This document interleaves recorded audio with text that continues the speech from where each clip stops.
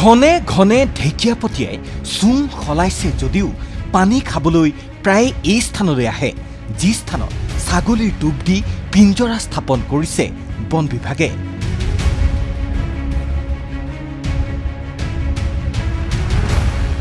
নগাঁৱৰ ঢিঙত বাঘৰ আতংকৰ অন্ত পৰিল, কিন্তু এইবাৰ একেই আতংকত ভুগিছে কলিয়াবৰৰ সোণাৰী কামাখ্যা নাম কামাখ্যা গাঁওবাসীয়ে।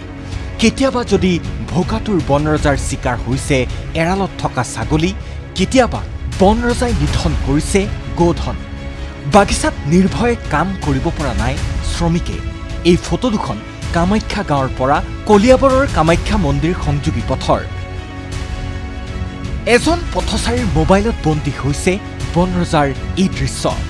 একাংশ স্থানীয় লোকৰ চকুৰ সন্মুখতেই বাঘে ভক্ষণ কৰিছে পশুধন। বাগানত দেখিছোঁ গৰু চিঞৰা থাকে, আমি গৈছোঁ আৰু আছিলে ল'ৰা গৈ চাইছোঁ তাত ধৰি আছে। বাঘে ধৰি আছে? হয়। গৰু মাৰি দিলে? মাৰিলে। কি গৰু?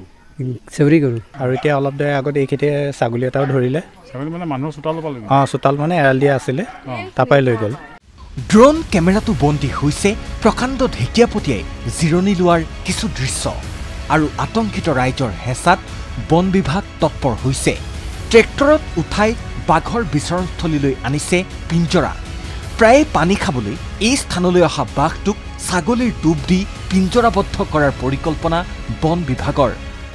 আমাৰ আঞ্চলিক বন বিষয়াৰ নিৰ্দেশ মৰ্মে এটা পিঞ্জৰা আমাৰ অনা হৈছে। এই পিঞ্জৰাটো আমি এতিয়া কামাখ্যা গাঁৱত য'ত এই আজি লাটতে পশুধন নিধন কৰিছে তাত আমি আজি পিঞ্জৰা পতাৰ ব্যৱস্থা কৰিছোঁ। তাত গৈ আমি পিঞ্জৰা ছাগলী দি পেলাই আজি পাতিম।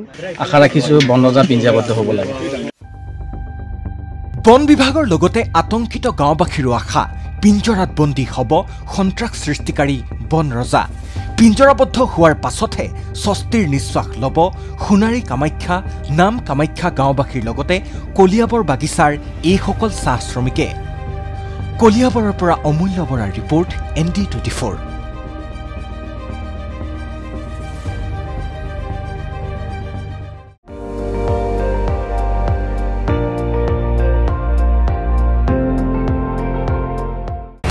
আপুনি চাই আছে ND24, সৰ্বশ্ৰেষ্ঠ নহয় সৰ্বোত্তমৰ দৌৰত।